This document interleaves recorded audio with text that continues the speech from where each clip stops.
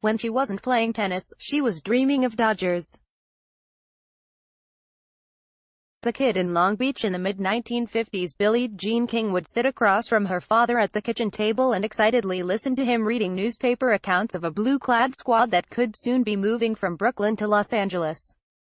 Advertisement, I was like, oh my god, we're going to get a major league team, we're going to get a major league team, she remembered.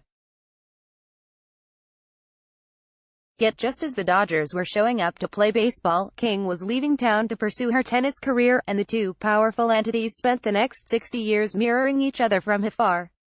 The Dodgers became known as a model for inclusion and equality, from Jackie Robinson to Hideo Nomo to Jamie Guerin in Major League Baseball's first Spanish-language broadcast.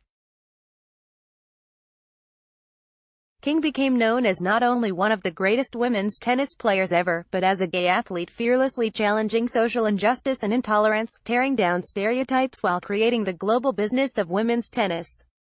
It was almost as if the Dodgers and Billie Jean King were destined to one day find their way back to each other, and so they will. It will happen Friday at Dodger Stadium, on a night representing both a perfect ending and powerful beginning. More sports. WTA, USTA and Billie Jean King all show their support for Serena Williams by Helena Elliott. September 9, 2018, 3:55 p.m. Billie Jean King is finally coming home, where she and her life partner, Ilana Kloss, will be announced as new minority owners of the Dodgers. I'm totally going to pinch myself. I'm pinching myself already, she told the Los Angeles Times in an exclusive phone interview from her New York home. When you're born and raised a Southern California kid, you dream your dreams of coming back, but how could I have ever dreamed of something like this? Joining the Dodgers is my life coming full circle. The couple will join a Guggenheim Baseball Management Group led by Chairman Mark Walter and including another iconic athlete in Magic Johnson. Pending WNBA approval, the couple will also become part of the ownership group of the WNBA's Sparks, which are also run by Guggenheim. I know it's real, but it's not real, King said. This is such a gift. I'm incredibly grateful that Mark saw the value that we can bring, and I hope we can make a difference. The reality will hit on Friday when King, 74, makes her first appearance at Chavez Ravine as an owner. She says she wants to meet everyone from the manager, Dave Roberts, to the bat boys to the ushers, but the Dodgers have their own special welcome planned. They are going to give her a personalized jersey, her first piece of memorabilia from the team that once existed only in faraway notions over breakfast. I can have a jersey, a Dodgers jersey, King said. Whoa, thank you. In the coming months, the Dodgers will be providing her with more than souvenirs. She and Kloss will have a place at the table for discussions about the organization's future. The Dodgers will lean on them for guidance on a wide range of social issues, from gender equity to sexual inclusion. Advertisement. Walter said King's relentlessness is something he has long admired, and hopes she can be an inspiration to athletes on both of her new teams.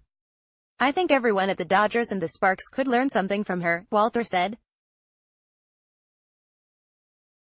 She can help shape and expand how we promote inclusion and empowerment at both teams, and throughout the Los Angeles area. Joining the Dodgers is my life coming full circle. Share quote. Isaac Brecken, Associated Press. Long before Guggenheim bought the team in 2012, the Dodgers had the most diverse and representative fan base of any Los Angeles professional team. Since then, the Dodgers office directory has become equally as diverse, with women and minorities holding down several key positions, including Janet Marie Smith as a senior vice president for planning and development, Naomi Rodriguez as the vice president for community relations, and Nicole Whiteman as an executive director for the Dodgers Foundation. Dodgers were also one of the first teams to stage an LGBT night, and, a couple of years ago, Eric Braverman, Senior Vice President of Marketing, Communications and Broadcasting, came out as gay. King took note of this enlightened environment, and when Walter first broached the ownership idea at the end of last year, she figured she and Kloss would fit right in. The thing I love about the Dodgers is that they're concerned with inclusion and they want to do good, King said. It's so good to have different voices, different cultures, more ideas, better ideas, Walter said. King's mere presence at that table will have an effect not only front office attitudes, but also those of the athletes on both the Sparks and Dodgers. I believe all professions, and professional sports, need to be more inclusive and equitable, Walter said. It's going to be wonderful to have a role model like her in both clubhouses from time to time. King emphasized that she will not be a full-time presence at Dodger Stadium, as she still has a job making public appearances, serving as a consultant for her foundation, and working as the owner of the Philadelphia Freedoms of World Team Tennis. I can't just pop in whenever I want, but I'm going to do a lot of listening and learning, and we're going to help in any way we can, King said. Sports is the last place where women are getting any opportunities. This is such a gift, and I'm really excited to get reconnected in my home element. Column no surprise, Dodgers, not Rockies, are the ones acting like they've been here before by Bill Plaschke. September 17, 2018, 11:20 p.m. In more than just geography, the Dodgers are indeed King's home element. Long before she won 39 Grand Slam titles, defeated Bobby Riggs in the Battle of the Sexes, whose 45th anniversary is appropriately today, and created the Women's Tennis Association, King played some serious softball. Actually, I tried to play baseball, but I was a girl, so they pushed me over to softball, she said.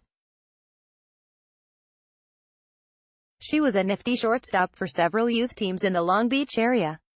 As a 10-year-old, she led her team to a 15-and-under championship with a smooth style that, if her description is accurate, would make her a younger version of Manny Machado. I would love to pick up that ball and just fling it to first. That was so fun, she said. I had a good arm, and I was quick off the dime, and tennis taught me the importance of not making any mental errors, she said. The swinging motion in tennis and baseball is so similar. She found herself hitting with powerful ease.